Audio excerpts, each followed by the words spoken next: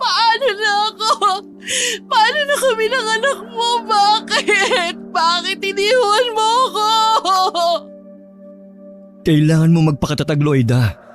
Alang-alang sa magiging anak nyo. Nandito naman kami para alalayan ka. Hindi ka namin pababayaan. Siya ang kailangan ko! Ang asawa ko!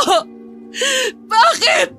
Ano bang malaking kasalanan ng asawa ko? Bakit ginawa nila to sa kanya? Nauunawaan kita sa paghihinagpis mo. Huwag kang mag-alala. Hindi tayo titigil hanggat hindi natin nabibigyan ng hustisya ang pagkamatay ni Kuya Poldo. Sa sobrang bigat ng nararamdaman ni Loida, puro pagtangis na lang ang naging tugon niya sa pinsan ng asawa. Para naman nakikidalamhati rin ng panahon. Bigla kasing bumuhos ang malakas na ulan. Samantalang maganda naman ang panahon kanina. Hindi naman natinag si Loida sa kanyang kinatatayuan kahit nababasa na siya ng ulan. Kumuha na lang ng payong si Carding para mapayungan ng babae. May ilang sandali munang hinayaan niya itong umiyak sa harapan ng puntod ng asawa. Nang basa na sila ng ulan at bumabaliktad na rin ang payong, pinilit na niya itong isakay sa dalang jeep. Naiintindihan kita, Loida. Pero kailangan na nating umalis. Bumalik ka na lang sa ibang araw. Sasamahan na lang ulit kita. Mahirap na kasing abutin tayo ng pagtaas ng tubig sa sapa eh. Baka hindi kayanin ng jeep ang pagtawid. Bakit parang pati ang kalikasan ayaw man lang hayaan ako magluksa sa pagkamatay ng asawa ko? Huwag mong sabihin yan. Nagkataon lang na umulan ngayong araw. Ibig lang sabihin yan nakikidalamhati rin sila sa nararamdaman mo. Hindi ko alam kung kakayanin ko mabuhay na wala na ang Kuya Poldo mo. Bakit pa kami hinayaan magtagpo? Kung mawawala naman siya agad sa akin. Hindi ko masasagot ang mga tanong mo. Pero naniniwala ako na may dahilan ng nasa taas kung bakit nangyari ito. Kahit kailan talaga, hindi siya patas sa ating maliliit. Lagi na lang tayong nagdurusa. Huwag kang magsalita ng ganyan. Masakit man pero kailangan mo magpatuloy. Lagi mo na lang iisipin na may dahilan ng lahat ng nangyayari sa mundo. Dahil na rin sa nararamdamang awa sa babae, kinabig niya ito sa kanyang dibdib. Saka hinayaang ibuhos nito ang bigat ng nararamdaman. Nang mga oras na yon, lalo pang lumakas ang ulan. Sila na lang din ang natitira sa sementeryo na yon. Kanina pa nakaalis ang mga pamilya nila at ibang nakilibing. Siya na lang ang nagpresenta sa mga magulang na sasama at mag-uuwi sa babae. Ang pinsan niyang si Poldo ay nagtrabaho sa malayang bayan ng ilang taon. Bihira lang itong umuwi sa kanilang baryo. Sa pag-uwi nito, may ilang buwan nang nakakalipas. May kasama na itong magandang babae na ang pakilala sa kanilang lahat ay asawa na nito. Nagulat man ang mga magulang at kapatid nito. Mainit naman nilang tinanggap ang babae. Nasa hustong gulang na rin naman kasi noon ng lalaki para magkaroon ng sariling pamilya. Nanirahan ng mag-asawa malayo sa karamihan. Ngunit may isang linggo na ang nakakalipas nang matagpuan ng isang magsasaka ang katawan ni Poldo na wala ng buhay sa may malapit na palayan. Nagmistulang inatake ito ng mabangis na hayop kung ang pagkakaluray-luray ng katawan ng pagbabasihan. Hanggang sa mga sandaling yon, palaisipan pa rin sa lahat kung sinong gumawa nun sa lalaki. O kung mabangis na hayop nga ba ang may gawa gaya ng haka-haka ng ilan. Ayos ka na ba? Oo, salamat. Pasensya na kung sa'yo ko umiyak. Wala naman kasi akong pamilya o kahit kaibigan man lang dito. Okay lang yun. Iiyak mo lang yan. At kung kailangan mo na makakausap, asahan mo lang dito lang ako. Naiintindihan ko na hindi ganun kadali ang pinagdadaanan mo. Salamat. Tama nga ang sabi ni Poldo. Kaya ikaw ang pinakamalapit niyang pinsan dahil sobrang bait mo. Hindi naman. Kami lang kasi ang magkalaro ng mga bata pa kami. Kaya kami ang malapit sa isa't isa. Marami pa kami mga pinsan dito. Kapag napalapit ka sa kanila, masasabi mo na lahat pala kami magpipinsan ni mababait. Naikukwento nga sa akin yun ni Poldo. Sobrang nalulungkot lang ako. Bakit ang aga niyang binawi sa akin? Maraming tanong sa akin na para bang wala namang kasagutan. Nandito lang kami ng pamilya ni Kuya Poldo at ako. Dadamayan ka namin at ang magiging anak mo. Alam ko naman yun na nandyan kayong pamilya ni Poldo. Inaalala ko din kasi yung pang-araw-araw ko. Nasanay na kasi ko na umasa lang kay Poldo eh. Pero alam ko naman na kakayanin ko mabuhay at buhayin mag-isang anak namin. Yun ba? Huwag mo nang isipin yun. Sabi ko nga, kami na ang bahala sa lahat. Parang bagyo na. Ang lakas ng hangin at ulan. Ang mabuti pa, umalis na tayo. Baka tumaas pa ang tubig sa sapa. Hindi na tayo makatawid. Asensya na. Nawala rin sa isip ko eh. Tara nang umalis. Pinaandar na nga ni Carding ang jeep. Sinulyapan pa ni Lloyda ang puntod ng asawa. Nangilid na naman muli ang mga luha sa kanyang mga mata. Noon lang din niya napagtanto na sila na lang pala ang naiwan doon. Sa sobrang pagdadalamhati sa pagkamatay ng asawa, hindi na niya naalala ang mga taong nakiramay. Si Carding naman ay abala sa pagmamaneho. Mabuti na lang mababaw pa ang tubig nang dumaan sila. Pagkatawid ng jeep, saka naman rumaragasa ang tubig galing sa bundok. Buti na lang nakatawid tayo. Oo nga. Ngayon ko lang napansin na tayo na lang palang naiwan sa sementeryo. Okupado kasi masyado ang isip ko kay Poldo. Saan nga pala kita ihahatid? Sa bahay ko na lang. Sigurado ka? Ikaw lang mag-isa ron. Ayaw mo bang ihatid muna kita sa mga magulang ni Kuya Poldo?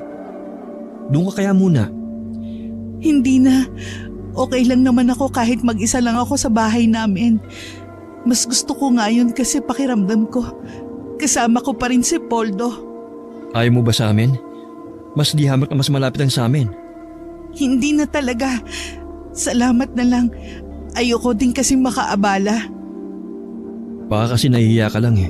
Tsaka nakakapag-alala na ikaw lang mag-isa rito sa inyo. Tsaka tandaan mo ha, hindi ka abala sa aming lahat. Kahit anong pagpupumilit ni Carding ay hindi niya makumbinsi ang babae. Tumila na rin ang ulan ng mga sandaling yon. Hindi na rin niya hinayaan na maihatid siya nito sa loob ng bahay. Pagkatapos magpasalamat, ay nagmamadali nang pumasok ito sa kanilang bahay. Nag-aalala na tinanaw siya ni Carding. May ilang sandali pa bago niya pinaandar ang jeep at umuwi sa kanila. Sinalubong naman siya ni Mang Pinggoy. Basang-basa ka ng ulan ah. Inabot ba kayo sa sementeryo? Oo tay, ayaw pa po kasing umalis ni Lloyd eh. Kami na nga lang po ang naiwan dun eh. Saan mo siya hinatid? Sa bahay po nila. Ayaw naman po niyang doon muna kina Chong at Chang eh. Kahit nga po dito sa atin, inalok ko na. Ayaw po talaga. Nag-aalala nga po ako eh, kasi mag-isa lang siya sa kanila tapos buntis pa siya. Ewan ko nga ba sa mga magulang ni Poldo. Parang wala man lang silang simpatya sa manugang nila kanina. Dapat silang umaalalay kay Lloyda. Pero ikaw pang nasa tabi niya. Napansin ko nga po kahit nung burol ni Kuya Poldo, hindi man lang nila nilapitan si Lloyda. Akala ko po dahil lang sa nagluluksa rin sila. Pero ngayon pong binanggit nyo, sigurado na ako na may problema sa pagitan nila. Ang totoo niyan meron talaga. Simula nung dalhin nila si Lloyda sa baryo natin, mabigat na di umano ang dugo nila rito. Ayaw naman nilang sabihin kung bakit. Pinakikisamahan lang daw nila dahil kay Poldo. Akala ko po ba okay lang sa kanila na mag-asawa si Kuya Poldo? At nasa tamang edad na rin to. Yun din nga ang alam ko eh. Hayaan na nga natin sila. Huwag na tayong mangialam pa. Ang mabuti pa, magpalit ka na ng damit mo. Baka mamaya magkasakit ka pa. Tumangulang si Carding at pumasok na sa kanyang silid. Napaisip siya ng malalim tungkol sa mga magulang ni Poldo. Yun marahil ang dahilan kung bakit kahit anong pilit niya, hindi pumayag si Lloyd na magpahatid sa bahay ng mga biyanan. Marahil ay nararamdaman din ng babae ang kawalan ng amor sa kanya ng pamilya ng asawa. Kinabukasan, pagkatapos tulungan ng ama sa bukid, pinuntahan ni Carding si Lloyda sa bahay nito. Nakailang tawag na siya sa labas ng bahay nito. ngunit walang nagbubukas ng pinto. Nang itulak niya ang pintong yari sa kawayan, bukas yun. Kaya naman nangahas na siyang pumasok habang patuloy sa pagtawag sa pangalan ng babae. Pagpasok niya ay bumulaga sa kanyang may kadilimang paligid. Natangis hindi ng kandila ang tumatanglaw. Puro itim kasi ang kurtina sa mga bintana. Amoy usok din ng kandila sa buong paligid. Sa isang altar, naroon ang larawan ng pinsan at napapalibutan yun ng mga itim na kandila. Sinilip rin niya ang babae sa nag-iisang silid sa bahay. Pero wala ito roon. Muli na lang siyang lumabas ng bahay. May kalahating oras din siyang naghintay bago dumating ang babae. Anong ginagawa mo rito? Ha? Gusto lang sana kitang kumustahin. Okay naman ako. Siguro masasanay din ako na wala na talaga si Poldo sa buhay ko. Saan ka nga pala galing? Sa bukid, tinignan ko yung mga pananim naming gulay. Bala ko kasing itinda yung iba para pandagdag gastos na rin dito sa bahay. Wala na bang natira sa abuloy? Hindi ko alam yun. Hindi naman kasi akong humawak nun eh. Ganun ba? Baka may maitulong ako sa'yo. Ano naman kaya ang maitutulong mo? Kahit na ano. Pwede kitang ipagsibak ng kahoy o kaya ipag-igib ng tubig. Alam ko kasing bawal sa'yo mabibigat na trabaho dahil sa kalagayan mo. Salamat na lang. Marami pa naman akong panggatong dyan. At yung poso naman malapit lang. Kaya ko pa naman mag-igib. Talaga bang ayaw mo muna sa bahay naming tumira? Para may makasama ka lang. Nag-aalala kasi ako sa iyo eh. Kahit na mga magulang ko nagsabi na pwede ka sa amin. Huwag mo na akong alalahanin pa. Nakakaya naman kung aabalahin ko pa kayo ng pamilya mo. Tsaka mas makakakilos kasi ko dito dahil wala akong pinangingilagan. Tsaka napansin pala ni tatay na parang hindi kayo okay ng pamilya ni Kuya Poldo. Ha? Ano kasi, parang ako yung sinisisi nila sa nangyari kay Poldo. Ewan ko, pakiramdam ko lang naman yun. Bakit naman? Hindi ko alam. Hayaan na lang natin sila. Naiintindihan ko naman na may pinagdadaanan din sila. Hindi lang naman ako ang nawalan eh. Kung masakit sa akin ang pagkawala ng asawa ko, mas higit sa kanila na pamilya niya. Hindi maaari yun. Lalo't magkakaanak na kayo ni Kuya Poldo. Pati ba anak nyo idadamay nila? Wala akong magagawa sa bagay na yon. Kung meron lang sana akong ibang mapupuntahan, aalis na lang ako dito. Gusto ko na lang magpakalayo-layo. Matanong ko lang, wala ka bang ibang mga kamag-anak? Lola ko nagpalaki sa akin. Maaga kasi ko naulila sa ama. Yung nanay ko naman, hindi ko na nakilala. Sabi ni Lola, basta na lang daw itong umalis, sanggol pa lang ako. Kamamatay lang ng lola ko nung magkakilala kami ni Poldo. Siya yung nagbigay ng saya sa buhay ko nung mga panahon na nalulungkot ako at nag-iisa.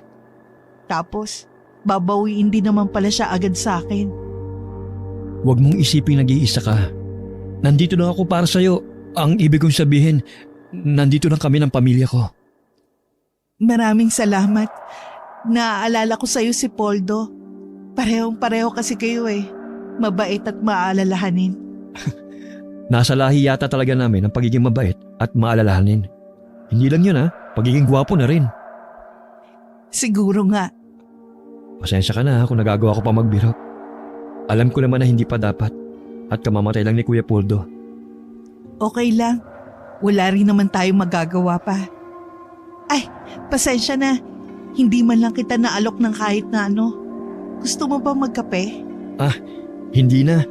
Katatapos ko lang kasi kanina sa bahay eh. May gagawin ka pa yata. Baka nakakaabala na ako sa'yo. O paano? Aalis na muna ako. At teka, okay lang ba kung paminsan-minsan dalawin kita rito? Oo naman. Laging bukas ang bahay namin ni Poldo para sa'yo. Salamat O paano, tutuloy na ako. Saka na lang tayo ulit magkwentuhan. Tipid nang umiti sa kanya si Loida. Habang naglalakad nga palayo, panay ang lingon niya rito. Dama niya na ayaw pa niyang umuwi. Kaya lang nauubusan na siya ng sasabihin dito. Ani niya sa sarili, babalik pa naman siya.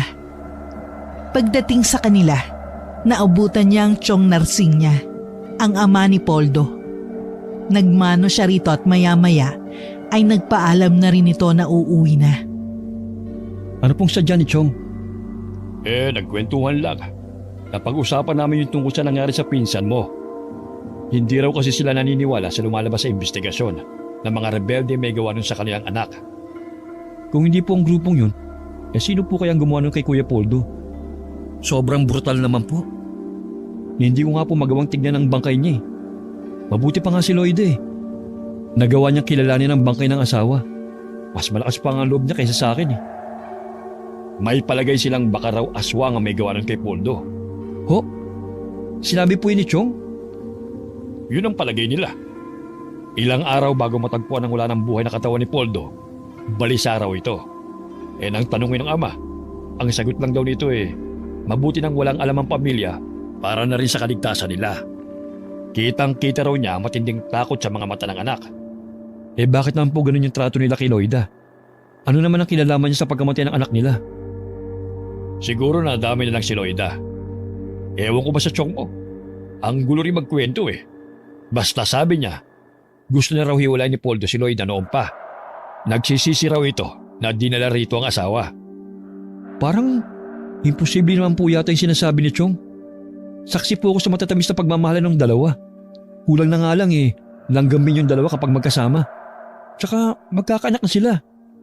Yun nga rin ang sabi ko Magkakaapo na kako sila. Sabi ba naman, hindi raw nila apo yun. Hindi ka naapekto ng utak ni Chong sa pagkamatay ni Kuya Poldo?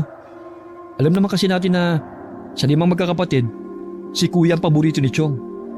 Hindi ko alam. Pero may nahihimigan akong kakaiba sa tono ng Chong mo. Meron pa siyang hindi sinasabi. Ano po kayang inililihim nila?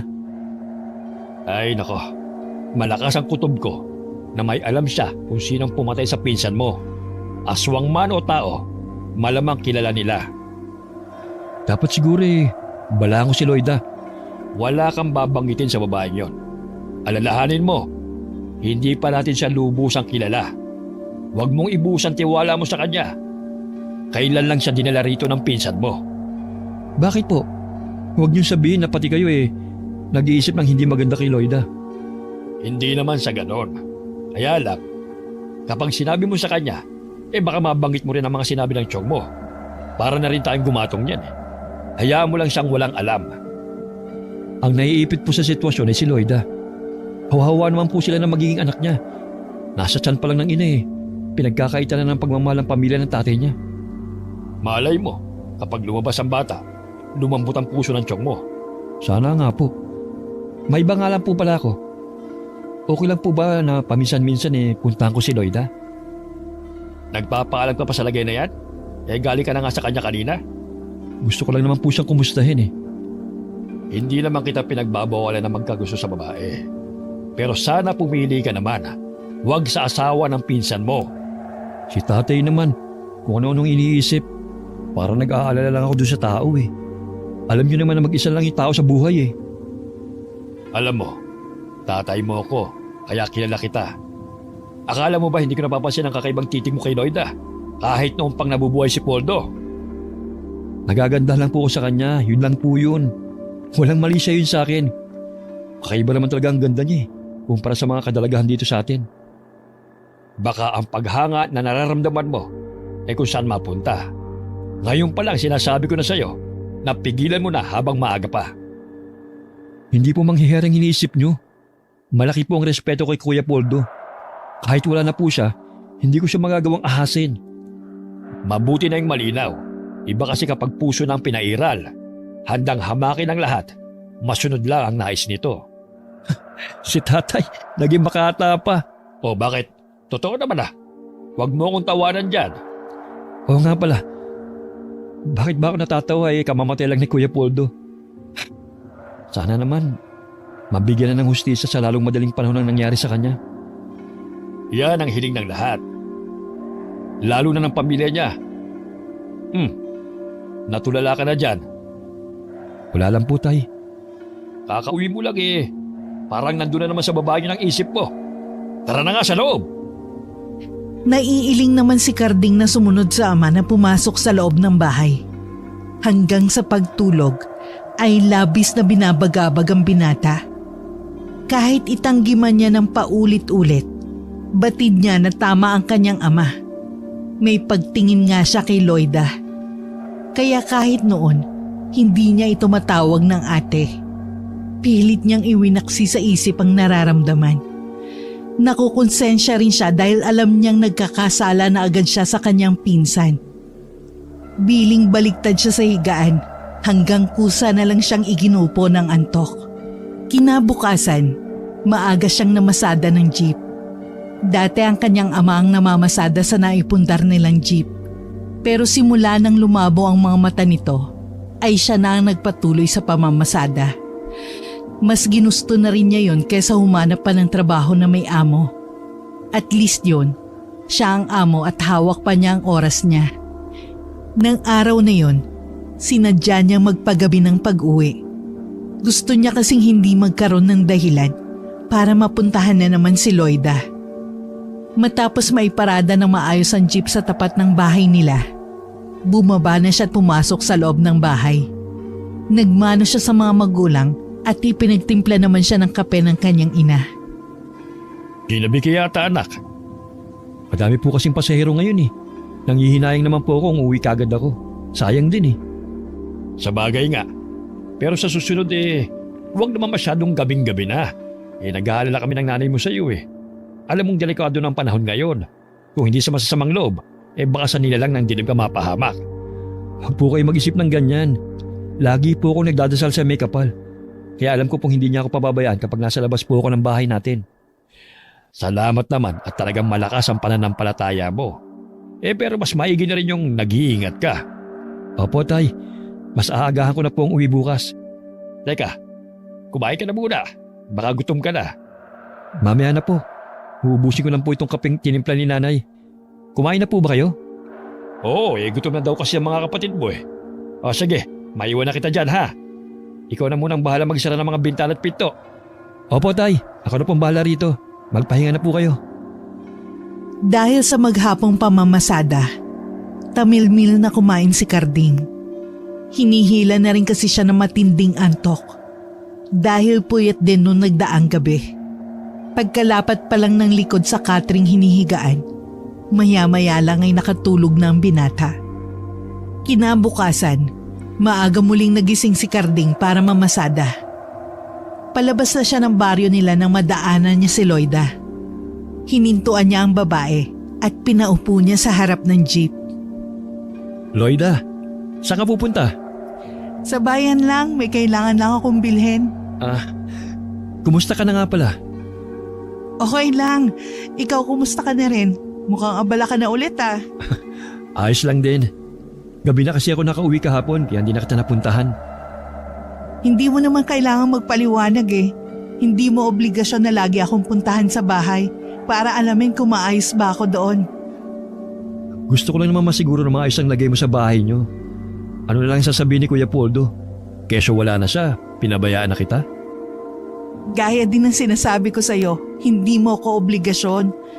Yung maging mabait at ituring mo lang ako na parte ng pamilya nyo sapat na sa akin yun. Ano ka ba? Parte ka naman talaga ng pamilya namin eh. Asawa ka ng pinsang buo ko. Kaya hipag na kita sa pinsan. Bakit yung pamilya ni Poldo? Nagbago na ang pakikitungo sa akin. Kahit yung mga kapatid niya na dati malapit sa akin. Hindi naman ako manhid para hindi maramdaman ng biglang panlalamig ng pakikitungo nila sa akin. Binaliwala ko lang yun noong una, pero nakumpirma kong tama ang hinala ko nung pumunta ako sa kanila. Galing ka sa kanila? Anong sinabi nila sa'yo? Yung bunso lang na kapatid ni Poldo humarap sa akin. Wala man lang silang mga mukha para humarap sa akin. Kinailangan pa nilang ipasabi sa anak. Ayos lang. Kung hindi na nila ako tinuturing na kapamilya. Pero sana man lang, wag na nilang idamay ang sanggol na nasa sinapupunan ko. Kakausapin ko sila tungkol sa ginagawa nilang yan. Hindi na tama eh. Naiintindihan ko na walan sila ng anak. Pero nawalan ka rin ng asawa. Huwag mo na silang kausapin. Baka isipin pa nilang nagpapakampi ako sa'yo. Gusto ko lang naman maglabas ng saloobin eh. Kahit na anong oras, pwede mo kong mahingahan ng saloobin mo. Lagi ako nandito para makinig. Hindi tumugon si Loida. Bagkus lumingon ito sa kanya at binigyan siya ng matamis na ngiti. Hindi na muli sila nag-usap. Panaka-naka naman ang kanilang sulyapan.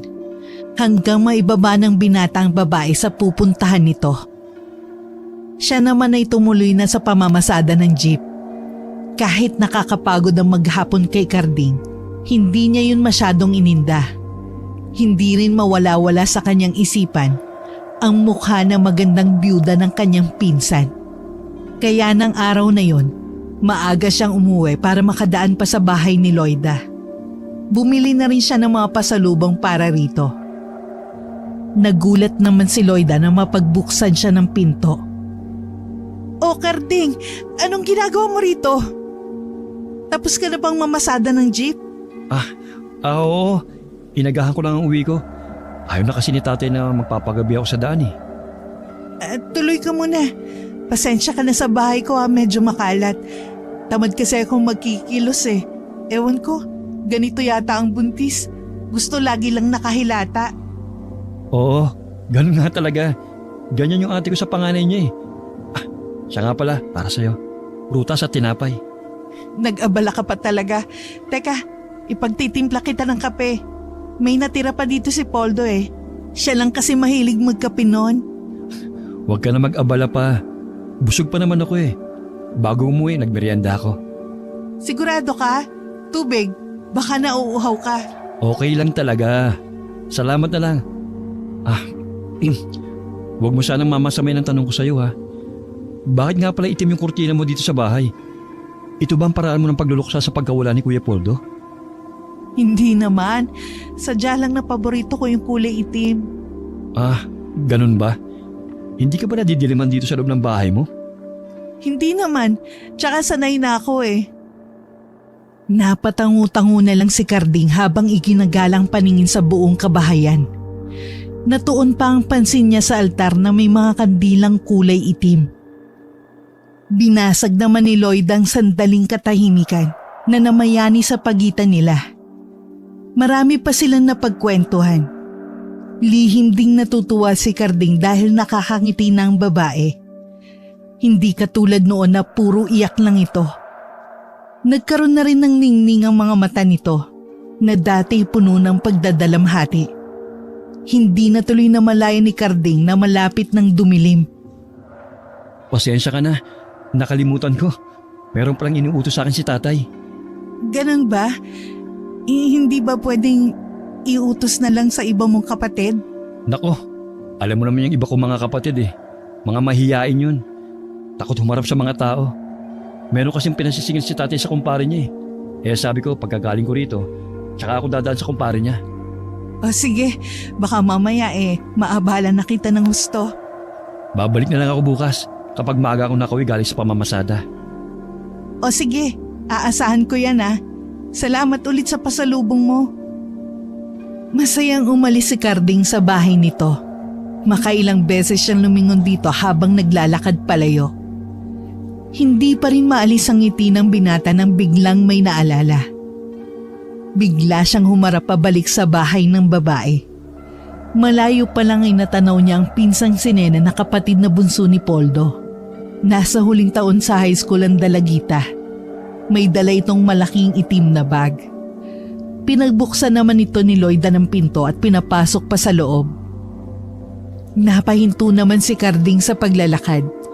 Naisip niyang bukas na lang niya sasabihin yun sa babae. Tinuloy na lang niya ang pag-alis. Bago umuwi ng kanilang bahay, dumaan muna siya sa bahay ng kumpare ng ama para kunin ang perang ipinangako nito. Kinabukasan, madaling araw pa lang ay umalis na si Carding para sigurado siyang makakauwi na maaga.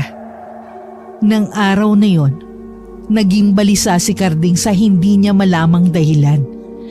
Parang hinihila ang paa niya pauwi. Hanggang sa makauwi siya ng bahay. Isang masamang balita ang sumalubong sa kanya. Malungkot at may luha sa mga mata nang salubungin siya ng kanyang ama. Mabuti naman dumating ka na, anak. Pabalik na ako ulit sa bahay ng tiyong mo. Sumabay ka na sa akin paroon. Ano bang kamalasan itong nangyayari? Ano po bang nangyari? Si Nene, ang pinsan mo. Natagpo ang patay kaninang umaga sa may palayan. Malapit kung saan nakita ang katawan ng Kuya Poldo niya. Oh, paano? Ano nangyari? Yung mag-amang magsasaka na nakita sa katawan ni Nene. Hindi pa matukoy yung salarin. Yung paraan ng pagkamatay, kahalin tulad lang din sa kuya niya. Ang mabuti po sumakay na po kayo sa jeep. Si nanay po. Nandun na silang lahat sa bahay ng tiyong mo. Kauwi ko nga lang at hinihintay nga kita. Nung iwan kong tiyang lupi mo nawalan to ng malay. Galit na galit naman ang mga pinsan mong lalaki. Parang papatay ang mga itsura nila. Mabuti na nga lang kinausap ng kuya mo at yun, mga huminahon naman. Bakit nangyayari ang lahat ng to? Bakit? Hindi maganda ang kutob ko sa nangyayari. Sana naman mali ang sapantaha ko. Ano po bang kutob nyo, tay? Baka aswang talaga may gawa nito gaya ng sabi ng tiyong mo. Mahirap pong basta na lang maniwala sa teoryang yan. Kahit pa sabihin na totoong may aswang, kailangan pa rin po ng ebidensya na magpapatunay. Ay nako, tama ka dyan. Kaya lang, paano mo ipapaliwanag ang paraan ng pagkamatay nila? Hindi po ba nilang hinanap kagabi si Nene? Sino kasama niya? Hindi pa kasi makausap ng matino mag-asawa kanina. Kahit ako, kapag nalaman ko kung sino may gawa nun kay Nene, baka sa kamay ko siya pagbayarin. Anong kasalanan ng bata? Hindi nga naglalabas yun Puro bahay at eskwelahan lang. Sobrang bait at masunurin sa mga magulang. Bakit? Kung aswang nga ang nasa likod ng pagkamatay ng magkapatid, hindi mo maaari ikatwiran yan. Hayok sa laman at dugo ang mga nilalang na yon. Nandito na po pala tayo. Marami na pong tao. Baka kumalat na po ang balita. Kanina wala pa ang mga yan Doon mo na lang iparada ang jeep natin. Bababa na ako rito. Sumunod ka na lang sa loob. Sige po, tay. Nagpupuyos pa rin ang kalooban ni Carding na maglakad papasok. Nakilala niya ang mga tao sa bahay na yon na halos kamag-anakan nila. Naroon din ang kapitan ng baryo. Patuloy pa rin sa pagtangis ang tiya Lupe niya. Nakayukom ang kamao at bakas ang matinding galit sa mga pinsang lalaki. Umiiyak naman ang mga pinsan niya. Sa di kalayuan, kausap ng ama ang kanyang tiyo Narsing. Lumapit pa siya sa mga ito para mapakinggan ang usapan ng mga to. Natitiyak kong aswang may gawa nun kay Nene. Pero sino naman ang aswang sa lugar natin? Maliban na lang kung dumadayo pa dito sa atin para lang mambiktima. Nandito lang din siya sa baryo natin. Huwag mo munang tukuyin ang pinaghihinalaan mo. Mahirap yung magbintang na lang basta. Pasensya na po kung makikisabat po ako sa inyo, Chong. Itatanong ko lang po kung saan huling nagpunta si Nene kahapon. Ang sabi ng tiyang Lupi mo, nagpaalam daw ito na may pupuntahan sandali. Akala daw niya sa kaklase lang pupunta. Pero pinunta na namin kagabi ang lahat ng mga kaklase niya. Pero lahat sila iisa lang ang sagot. Hindi raw nanggaling sa kanila si Nene. Anong oras po kaya siya umalis ng bahay kahapon? Pasado 5:00 raw ng hapon yon. Nang hindi na muling nagsalita si Carding, muli nang nag-usap ang kanyang ama at tiyuhin. Ang binata naman ay kinausap ang mga pinsang naroon. Kahit kaharap ang mga kamag-anak, tila naglalakbay ang isip ni Carding. Kanina, habang kausap ang tiyuhin, muntik na siyang madulas na sabihin na nakita niya si Nene sa bahay ni Loida. Mabuti na lang hindi niya yun naibulalas. Nag-aalala kasi siya na baka mapasama ang babae kung sasabihin niya yon. Alam naman kasi niya na walang kinalaman ng babae sa nangyari sa Dalagita. Ilang sandali pa, inabala na lang niya ang sarili sa pakikipag-usap sa mga pinsan na halos mga kaedad niya. Unang gabi ng burol ng pinsan niya, may hinahanap pang mga mata niya sa mga naroon. Sino bang hinahanap mo? Si Loida po. Napansin niyo po ba siya? Hindi pa. Baka hindi pupunta. Dapat po pala dinaanan ko na. Baka nahiya na pumunta rito na mag-isa. Parte siya ng pamilya. Kapatid ng asawa niya ang namatay. Dapat hindi siya nahiya magpakita rito. Baka din po masama ang pakiramdam kaya hindi nagpunta. Siguro ka. Pero dapat magpakita siya rito sa mga susunod na araw. Bilang respeto man lang sana. Bukas po pupunta ako siya sa kanila. Hindi naman sa nangingialam ako sa iyo, anak. Pero alam mo naman ang mga tao, madaling manghusga. Sana huwag ka masyadong maglalapit sa hipag mo na maraming tao sa paligid. Alalahanin mo na asawa siya ng pinsan mo. Wala naman po kaming ginagawang masama Tsaka, wala na naman po si Kuya Poldo. Noon pa man malapit na ako sa kanila. Hindi nila kami pwedeng pag-isipan na masama. Noon yung buhay pa ang pinsan mo.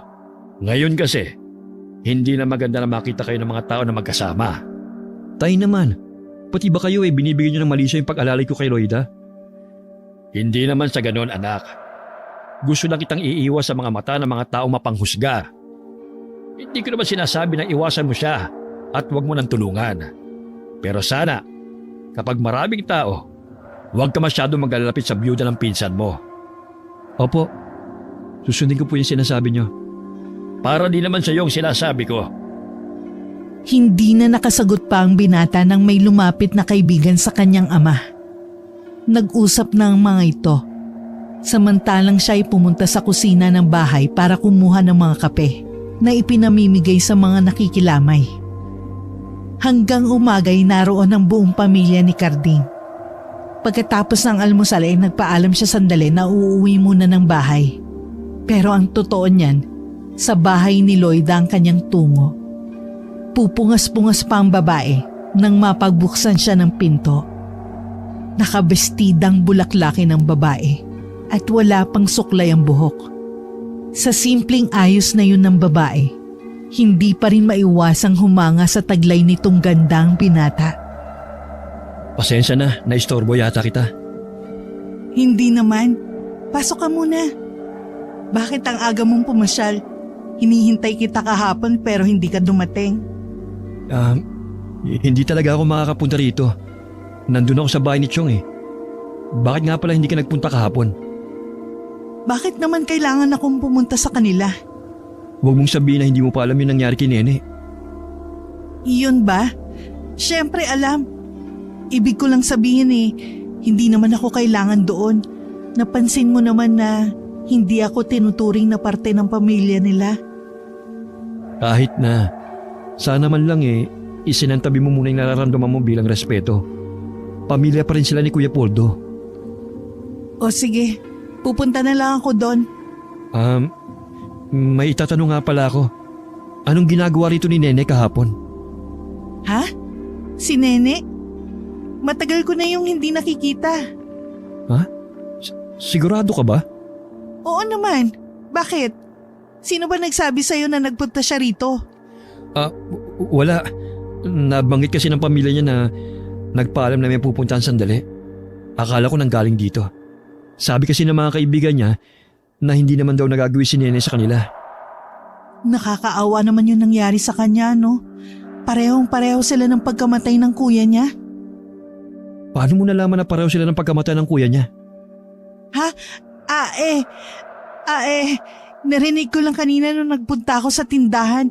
Pinag-uusapan nila. Maiba ko. Gusto mo ba ng kape? Hindi na. Baka kasi hindi ako makatulog mamaya Plano ko kasing umidlip muna sa bahay bago bumalik kina Chong. 3 araw nga lang palang lamay. Bakit nagmamadali yata sila na mailibing si Nene? Samantalang si Poldo nun 5 araw. Yung kasi napagkasunduan ng pamilya nila. Tsaka habang pinatatagal kasi, lalo lang silang nasasaktan sa pagkawala ni Nene. Kahit ako, sobrang nasasaktan din at hindi matanggap ang nangyari. Susubukan ko makapunta mamaya. Kaya lang hindi rin ako maaaring magtagal. Alam mo naman ang kalagayan ko.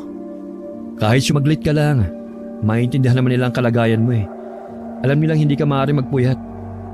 O paano? Uuwi na muna ako. Ang bilis naman yata. Talaga bang uwing-uwi ka na? Pasensya ka na. Inaantok na kasi ako eh. Babawi na lang ako sa'yo sa mga susunod na araw. Napangiti naman si Loida sa kanyang tinuran. Hindi na siya nito pinigilan ng makaalis. Habang naglalakad pa uwi si Carding, paulit-ulit niyang sinariwa ang mga sinabi ng babae na hindi pumunta sa bahay nito si Nene. Samantalang kitang-kita niya nang papasukin nito ang dalagita sa bahay nito. Bakit siya nagsinungaling? Katulad din kaya ng iniisip ko na baka mapag-isipan siya ng masama ni Nachong. Lalo tuloy sumakit ang ulo ko. Binilisan na lang niya ang paglalakad dahil kanina pa siya nalulula sa antok. Pagdating sa kanila, nagmano lang siya sa mga magulang na paalis na muli. Tumuloy na siya sa kanyang silid at natulog.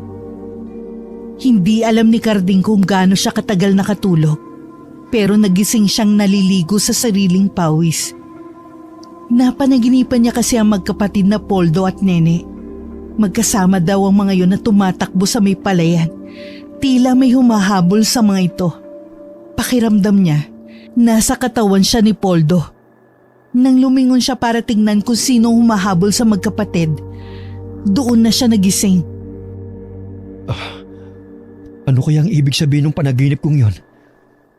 Humihingi ba ng tulong sa akin ng magkapatid? Para mabigyan sila ng hustisya?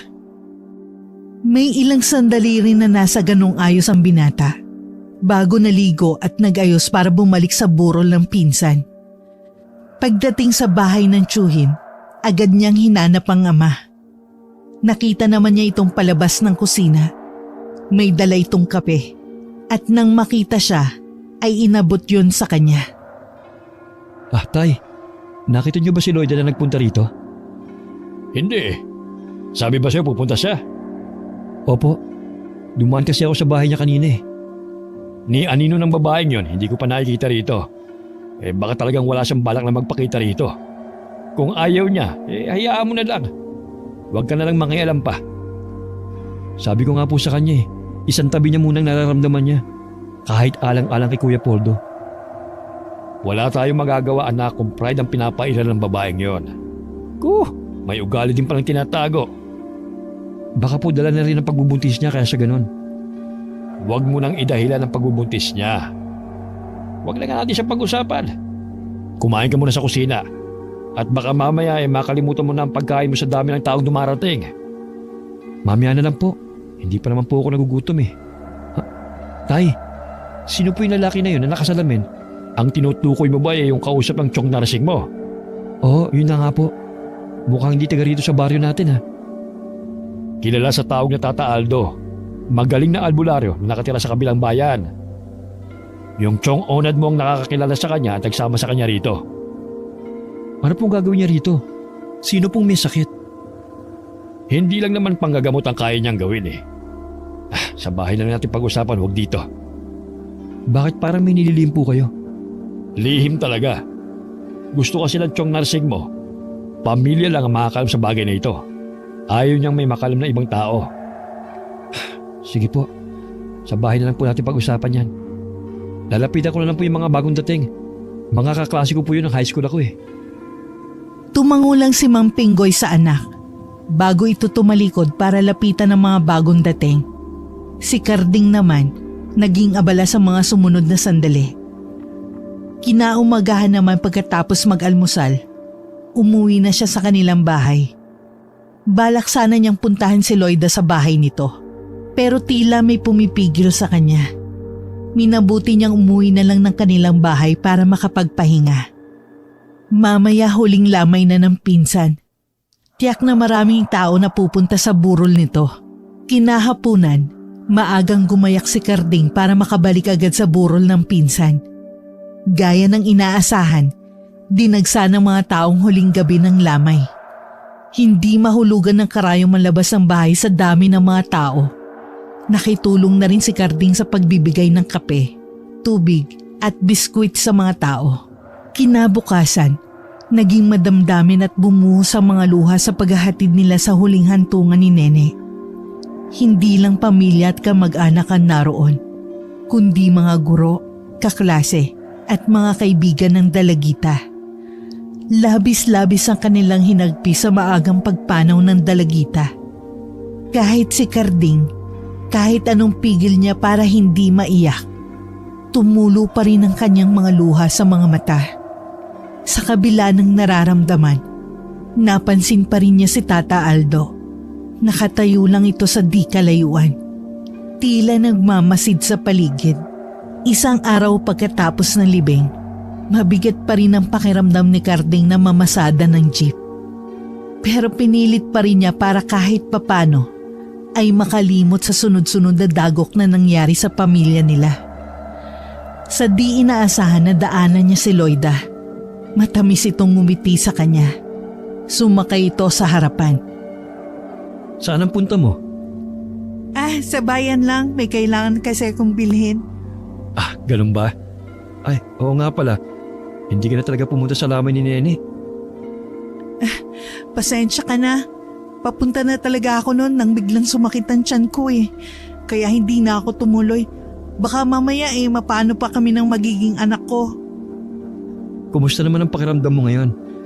Halata na ang tiyan mo Hindi ka tulad ng mga nakaraan. Okay naman kami. Madalas na nga ang paggalaw niya sa tiyan ko. Sayang nga lang hindi na siya masisilayan ng ama niya. Nawalan man siya ng ama, nandito naman kami mga tiyuhin niya. Gagabayin namin ang anak mo na parang anak namin. Salamat ha. Kapag nagsasalita ka ng ganyan, kahit papano naiibsan yung lungkot at pangungulila ko kay Poldo. Tuwing nakikita kita, parang siya na rin ang nakikita ko. Napatitig na lang si Karding sa babae. Tila umurong ang dila niya dahil sa kawalan ng sasabihin. Nang bumaba sa bayan ang babae, hindi na to maalis sa kanyang isipan. May pagkakataon tuloy na mali-mali ang sukling iniaabot niya sa mga pasahero. Bago umuwi ng araw na yon, namili siya ng pasalubong para sa babae. Dahil maaga pa naman, pinuntahan niya ito sa bahay nito. Nakakailang tawag na siya pero walang sumasagot sa loob. Kaya naman nangahas na siyang pumasok sa bahay. Inilapag na lang niya sa upuan na kahoy ang mga dala niyang pasalubong. Lalabas na sana siya ng matigilan. Sa sulok naroon ang itim na bag na nakita niyang dala noon ni Nene nang pumunta sa bahay na yun. Anong ginagawa mo rito? Pasensya na kung pumasok na ako nang walang paalam. Dinala ko lang yung mga pasalubong na binili ko para sa'yo. Aalis na rin sana kagad ako Ganun ba? Pasensya na kung napagtaasan kita ng tono. Nagulat din ako Akala ko napasok na ako ng magnanakaw. Ayos lang. Naiintindihan ko naman saan ka nga pala galing? Sa bukid, naghukay lang ako ng mga kamote. Balak ko kasing ilako bukas ng umaga. Kung may kailangan ka sabihin mo lang para mabili ko bago ako umuwi. Wala naman akong kailangan pa. Nakakaraos naman ako kahit papano sa pagtitinda ko ng mga gulay. Kailan ka nga pala manganganak? Sa tansya ko 3 buwan pa mula ngayon. 6 na buwan na pala ang tiyan mo. Ang liit mo pala magbuntis, no? Kasi yung ate ko, 5 buwan pa lang ang tiyan nun Parang puputok na sa laki. Depende siguro yun. Hindi ko nga alam kung bakit malit ako magbuntis Ingat ka rito Huwag mong kalilimutan na ilak maigi ang bintana at pinto. Alam mo, kung ako lang masusunod, iuwi muna ka sa amin Nag-aalala kasi ako mag-isa ka lang dito. Tapos buntis ka pa. Naniniwala ka ba sa aswang? Aswang? Hindi pa kasi ako nakakakita. Kaya hindi ko alam kung maniniwala ba ako. Ako din naman Hindi pa ako nakakakita. Pero may bahagi sa akin na parang gusto kong maniwala na totoo sila. Teka, bakit ba napunta sa aswang ang usapan natin? Kasi sabi nila, madalas daw binibiktima ng mga aswang mga buntis Mabango daw kasi sa kanila yung sanggol sa sinapupunan nito. Simula nang mabuntis ako, wala naman ako nararamdaman na kakaiba sa paligid. Nakakatulog pa naman ako ng mahimbing sa gabi. Ibig sabihin lang nun, walang aswang. Basta, mag-iingat ka pa rin. Kapag may oras ako lagi kitang pupuntahan dito. Paano? Aalis na ako Ikaw ang mag-ingat. Baka may makasalubong kang aswang sa daan. Natawa na lang si Carding sa sinabi ng babae. Natigilan rin siya pagkatapos. Tila nakaramdam ng konsensya na nagagawa na niyang tumawa. Muli na lang siyang nagpaalam at saka umuwi. Pagdating sa bahay, naabutan niya ang kanyang ama na halatang hinihintay ang pag-uwi niya. Dumaan ka na naman ba sa bahay ni Loida? Oo, tay. Dinalan ko ng kahit anong pwedeng ipasalubong. Inano ko pa nga na kung maaari dito muna sa atin eh. Ayun, tumanggi na naman. Tutal kasi wala nang pakialam sa kanya ang pamilya ni Kuya Poldo. Alam mong hindi siya maaaring dumito. Ano na lang sasabihin ng mga tao? Ayoko naman na mapagchismisan ka. Gagaya lang po ba tayo kina Chong Narsing na wala nang pakialam sa mga nugang at apo? May dahilan sila kung bakit ganun ang kanilang pakikitungo sa babaeng yon. Anong dahilan nila? Na baka may kinalaman si Loida sa pagkamatay ng asawa niya at baka pati kay Nene. Ho? Paano niyo naman nasabing bagay na yan? Hinala nila na aswang si Loida. Tay naman, sa dami naman ang pwedeng ibintang sa tao. Pagiging aswang pa talaga? Yan ba sinabi sa inyo ni Chong? Noong una hindi rin ako naniniwala. Pero may posibilidad kasi na totoo ang sinasabi nila. Walang nakakalam kung saan ang galing ang babaeng yun. Maaaring yun ang natuklasan ng pinsan mong si Poldo. Kaya balisa at takot ito bago namatay. Hindi naman kita pinapaiwas na huwag siyang puntahan. Pero wag na wag kang tatanggap ng anumang pagkain o inumin mula sa kanya. Baka naman po umiiwas lang sila sa obligasyon na iwan ni Kuya Poldo. Kaya sinisiraan nila si Loida. Kaya nga ba ayaw ko sanang sabihin sa iyo eh. Dahil alam kong ipagtatanggol mo lang siya. Alam ko kasi na nahuhulog na ang damdamin mo sa babaeng yon.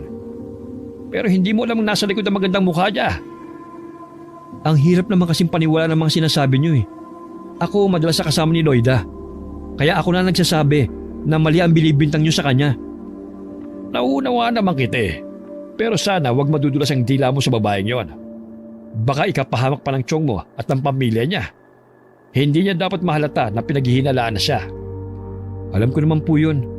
Huwag po kayong mag-alala. Mag-iingat ako sa mga bibitiwan kong salita kapag kaharap ko si Loida. Ayoko rin kasi siya masaktan eh.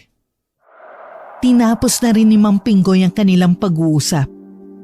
Nang gabing yun, hindi makatulog ang binata. Iniisip niya si Loida, ang sinabi ng ama at ang mga gumugulo sa kanyang isipan. Isa na roon ang pagsisinungaling ng babae na galing sa bahay nito ang dalagitan ng araw na yon.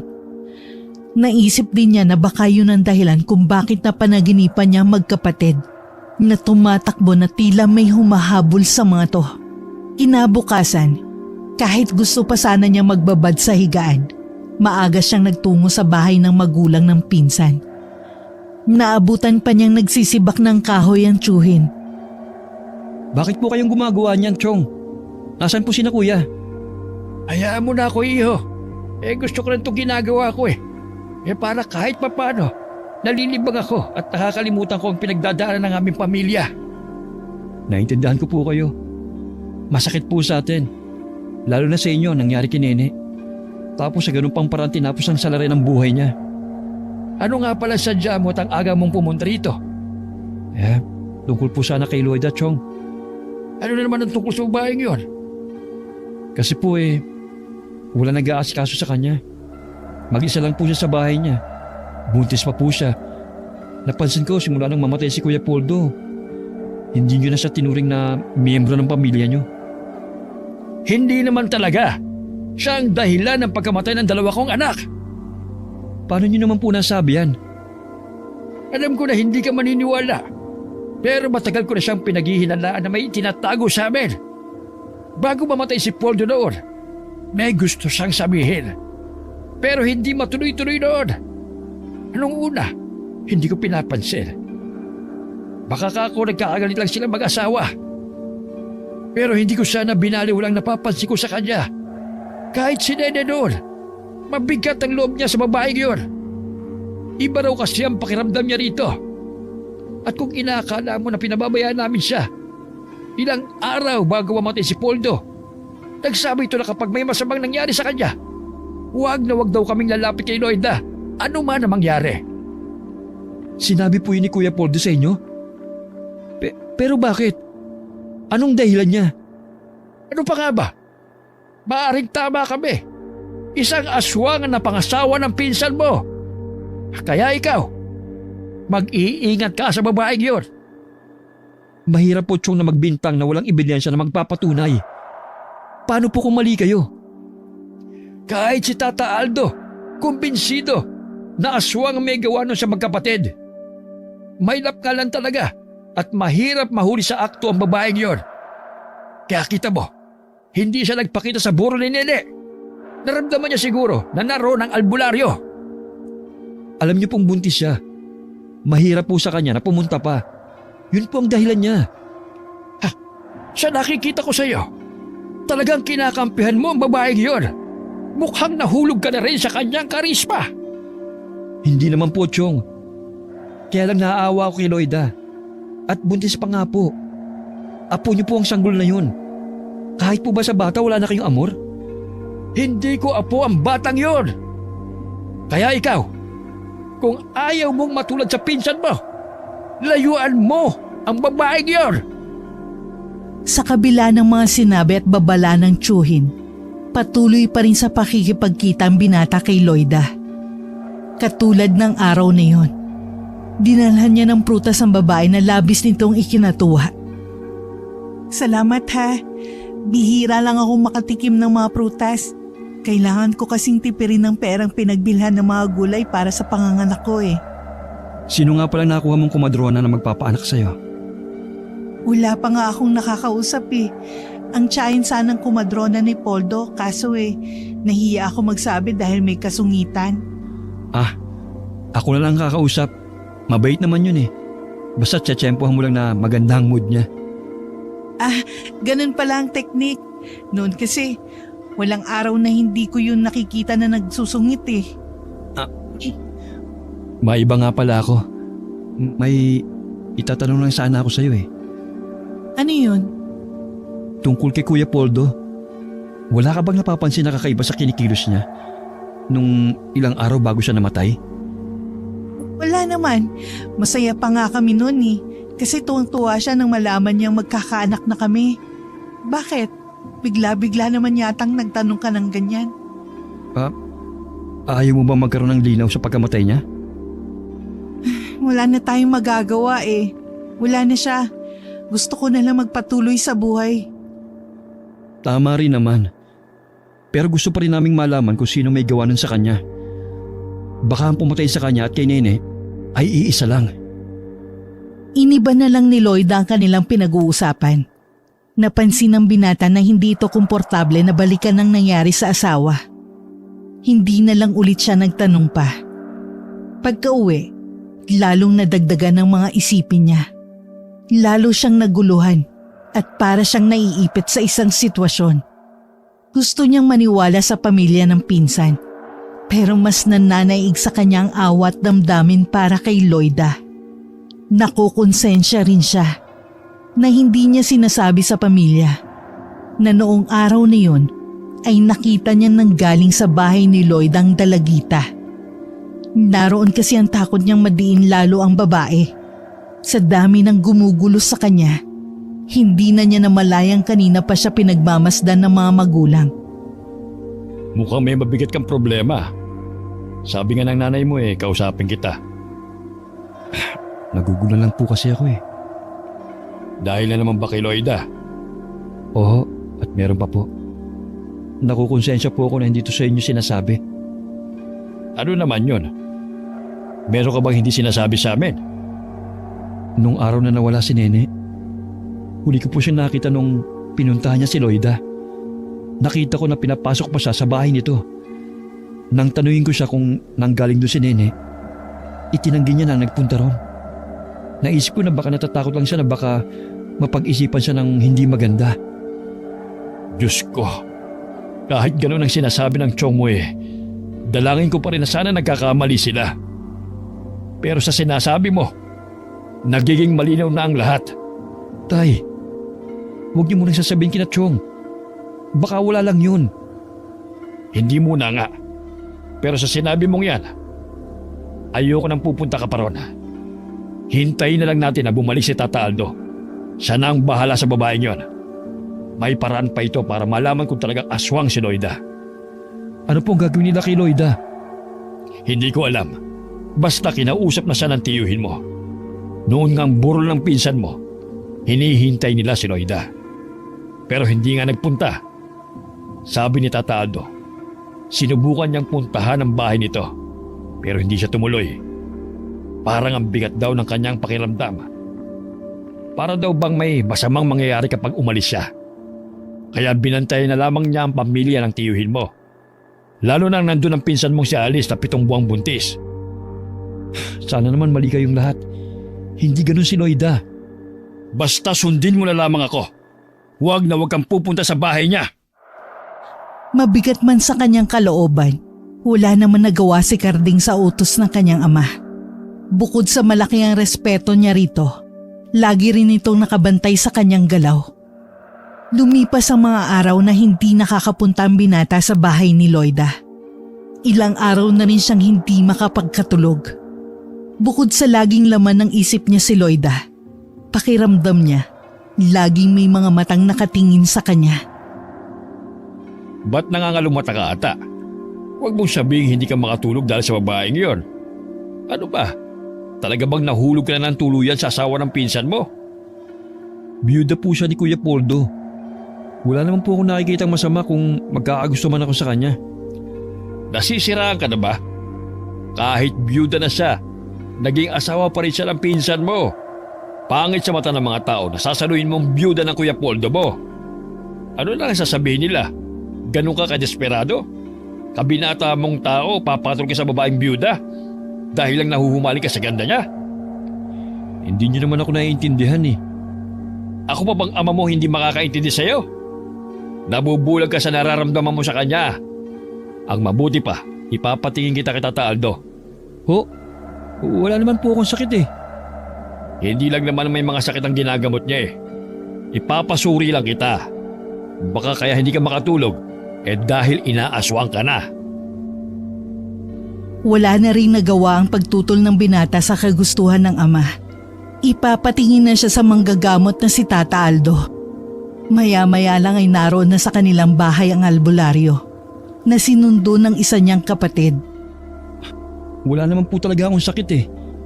Si tatay lang po mapilit. Natural lang sa mga magulang ang mag-alala kapag nakita nilang hindi maayos ang kalagayan ng kanilang anak. Paano niyo po ako gagamutin kung wala naman akong sakit? Hindi lang naman ang mga may sakit ang ginagamot ko. Katulad mo, wala kang sakit. Pero unti-unti kang nauubusan ng lakas.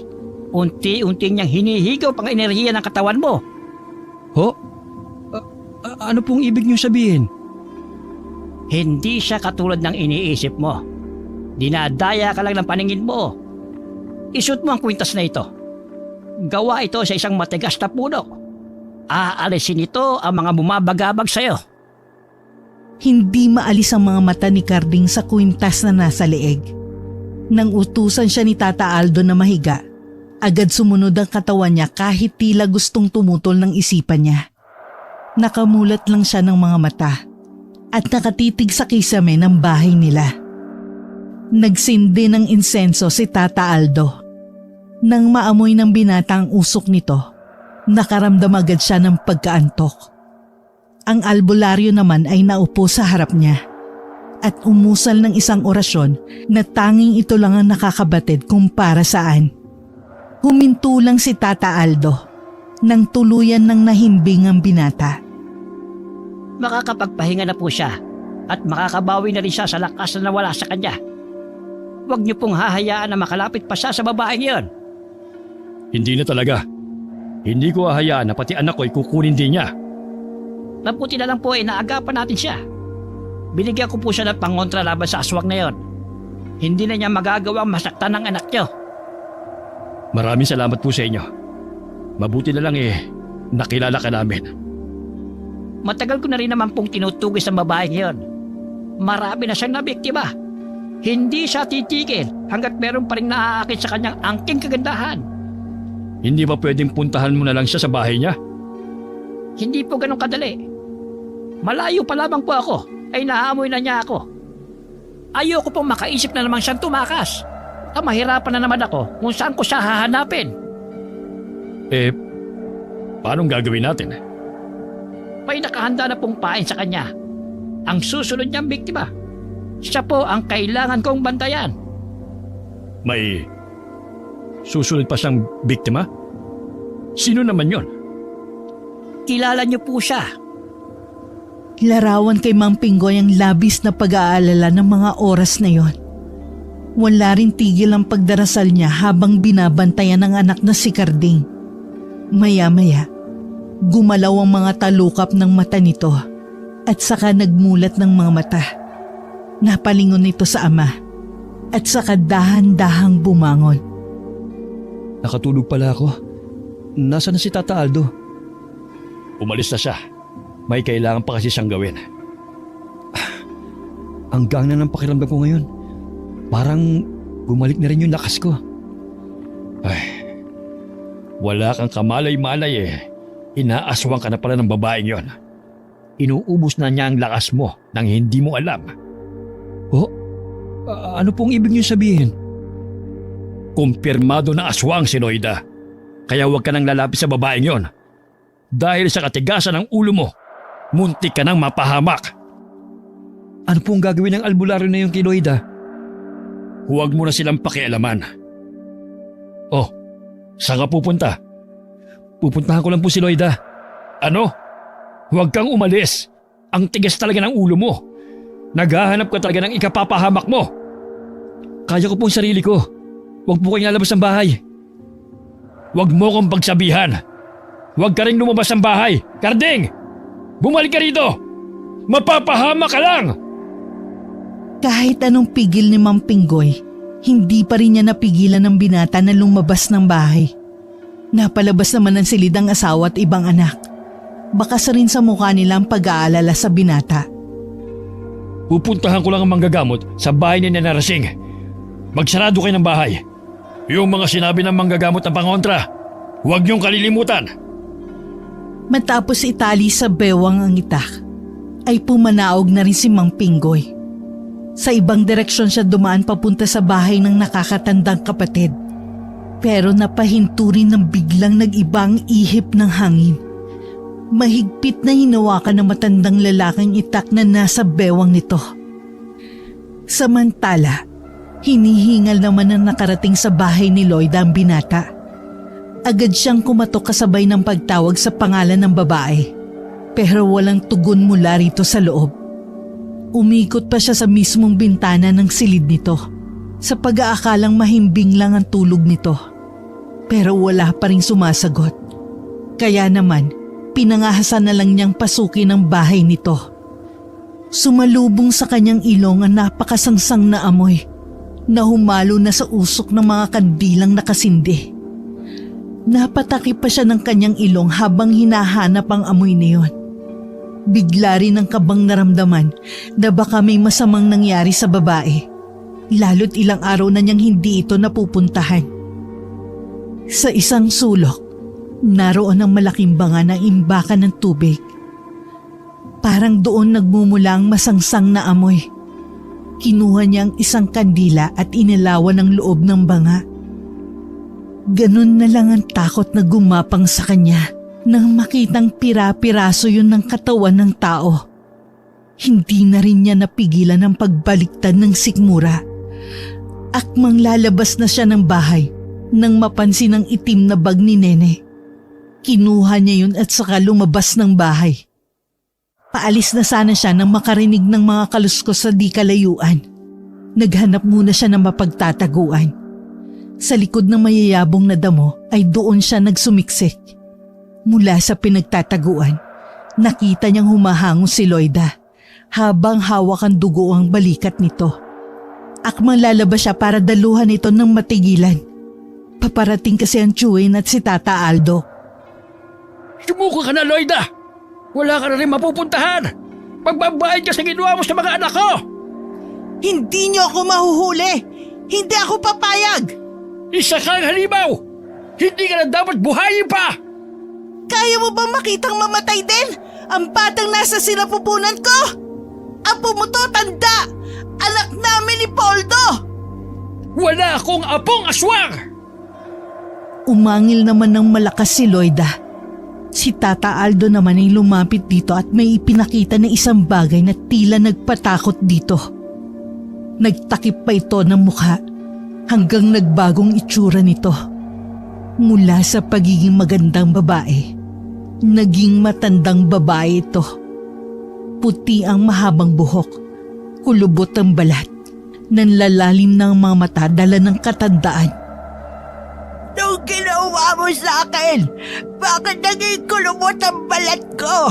Walang iya ka! Kahit kailan talaga hadlang ka sa mga plano ko! Yan talaga ang tunay mong itsura! Gumagamit ka lamang ng orasyon para madaya mo ang mga tao sa paligid mo! Para makahanap ka ng bagong mabibiktima! Tignan ko lang kung magawa mo pa makapangbiktima! Ni hindi mo na nga kayang tumayo mag-isa! Ibalik mo ko sa dati kong itsura! Hindi ako pwede maging matandang kukluban! Mamamatay ako! Lumabas naman si Carding sa kanyang pinagtataguan habang hindi humihiwalay ang tingin sa matandang nakalupagi sa lupa. Nagulat naman si Loida na makitang naroon siya. Carding, anong ginagawa mo dito? Nakita mo ba ang lahat? Oo, ganyan pala ang tunay mong itsura. Paano mo natin napatayin si Kuya Poldo at si Nene? Tinanggap ka nila ng buong puso nang iuwi ka rito. Yun pang napala nila sa'yo? Isa ka palang halimaw! Binahay ko naman si Poldo! Kaya lang hindi niya ako matanggap na ganito ako. Gusto niya akong palisin! Bakit si Nene dinamay mo? Anong kasalanan ng bata? Hindi ko sinasadya. Natakam lang ako sa kanya sa pagiging bata niya. Hindi ko tanggap na may masigit na maganda sa akin. Nagpupuyo sa galit ang magtsuhin sa pagtatapat ng babae. Matinding pagpipigil na lang ang ginawa ni Carding para hindi sugurin ng babae. Alam niya na wala na itong laban sa kanya. Tumalikod na lang siya. Hindi niya kasi matagalan ng pagtitig dito. Umiiyak naman si Mang Narsing. Muling sumariwa kasi sa kanya ang itsura ng mga anak na pinatay ng babae. Umalis na tayo rito. Kailangan ko pang gamutin si Pinggoy. Bakit?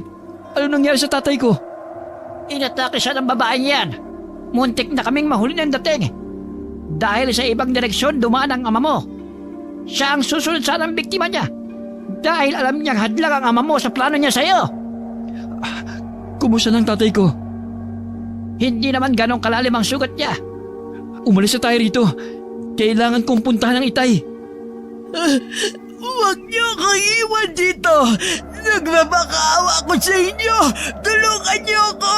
Carding! Tinapunan lang ng blankong sulyap ng tatlo ang babae bago tumalikod at naglakad palayo. Patuloy sa pagmamakaawa ito pero nagmistulang bingi ang tatlo. Walang nagawa ang babae kundi ang managhoy na lang at maghintay ng kanyang katapusan. Pagdating sa bahay, namimilipit sa sakit si Mang Pinggoy. Agad na ginamot ni Tata Aldo ang sugat nito. Sorry, tay. Muntik na kayo mapahamak ng dahil sa akin. Wala kang kasalanan, anak. Inaasahan ko na yon dahil binalaan naman ako ng albularyo. Kung hindi pa nakita ng mismong mga mata ko, hindi pa ako tuluyang magigising sa kabaliwan ko sa babaeng yon. Minsan talaga sa buhay natin, nakakagawa tayo ng mga pagkakabali. Sa desisyon man o sa pagpili ng gugustuhin nating babae. Ang mahalaga maging aral yun sa iyo. Maging mapanuri ka dapat.